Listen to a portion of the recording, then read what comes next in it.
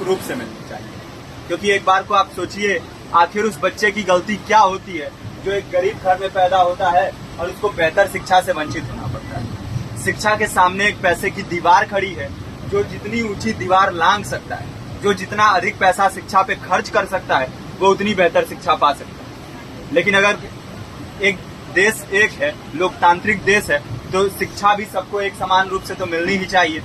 आज परिस्थिति ये है कि एक तरफ तो प्राइवेट स्कूल हैं जो लूट के अड्डे बने हुए हैं, वहां पे आप एडमिशन कराने जाएंगे तो सिर्फ एडमिशन के नाम पे ही आपको 10,000 20,000 रुपए देना होगा। और कमीशन खोरी का ऐसा धंधा है कि कॉपी, किताब, टाई, बेल्ट, ड्रेस, जूता कहाँ से खरीदना है ये आप नहीं तय करेंगे वो प्राइवेट स्कूल वाले। यानी आम लोगों की मेहनत की आखिरी कौड़ी उनके जेब से वसूल लेना चाहते हैं। और दूसरी तरफ सरकारी स्कूलों में न तो पर्याप्त टीचर है, न पर्याप्त बिल्डिंगें हैं।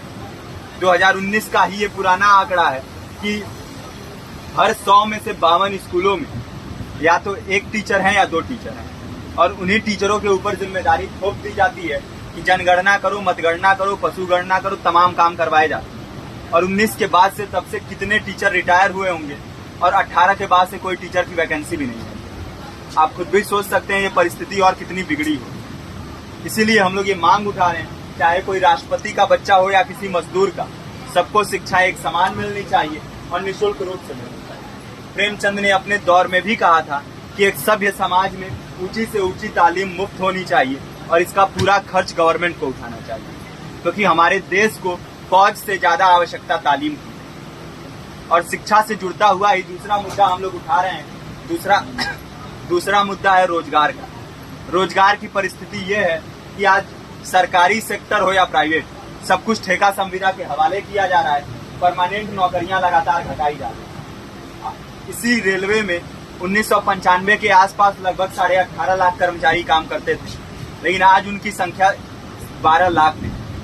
आप खुद भी सोच सकते हैं कितने बड़े पैमाने पे परमानेंट पदों को घटाया जा रहा है। और आज आलम ये है, एक तरफ लाखों पद खाली पड़े हैं, फिर भी कोई वैकेंसी नहीं निकलती। जो वैकेंसियां निकलती हैं उनमें भ्रष्टाचार होता है, पेपर लीक हो जाते हैं। RO, UP police, BPSC, SSC, CGL, ऐसे तमाम पेपर लीक हो चुके हैं, आप लोग भी जानते ही हैं। अभी नीट की धांधली में ये पता चला कि एक एक पेपर 30 लाख से 50-50 लाख रुपए में बेचा गया। हम और आप तो ये पैसा नहीं दे सकते।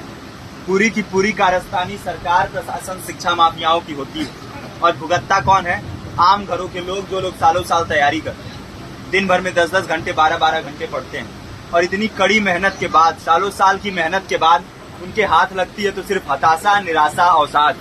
बहुत से छात्र नौजवान जो इस बेबसी में, इस डिप्रेशन में नहीं जी पाते, आत्महत्या तक के कदम उठा लेते हैं। लेकिन ये देश की विडंबना है कि टीवी चैनल, अखबार, मीडिया, नेता, मंत्रियों के लिए कहीं ये कोई मुद्दा नहीं है। उनके लिए मुद्दे हैं तो जाति, धर्म, रंग, नस्ल, अगड़ा पिछड़ा।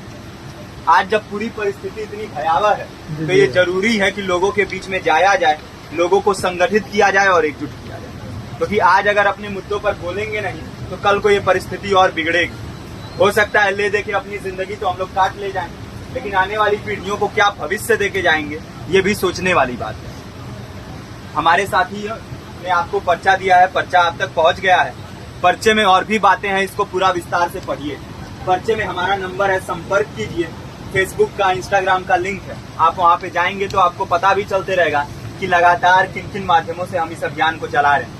नुक्कड़ नाटक, संगीत, शिक्षा सहायता मंडल, लाइब्रेरी, तमाम माध्यमों से इस अभियान को चला रहे हैं और कोशिश कर रहे हैं कि बड़े से बड़े पैमाने पर हर जगह पे लोगों को संगठित किया जाए और एकजुट किया जाए। आपके बीच भी आए हैं, आपका साथ और सहयोग दें।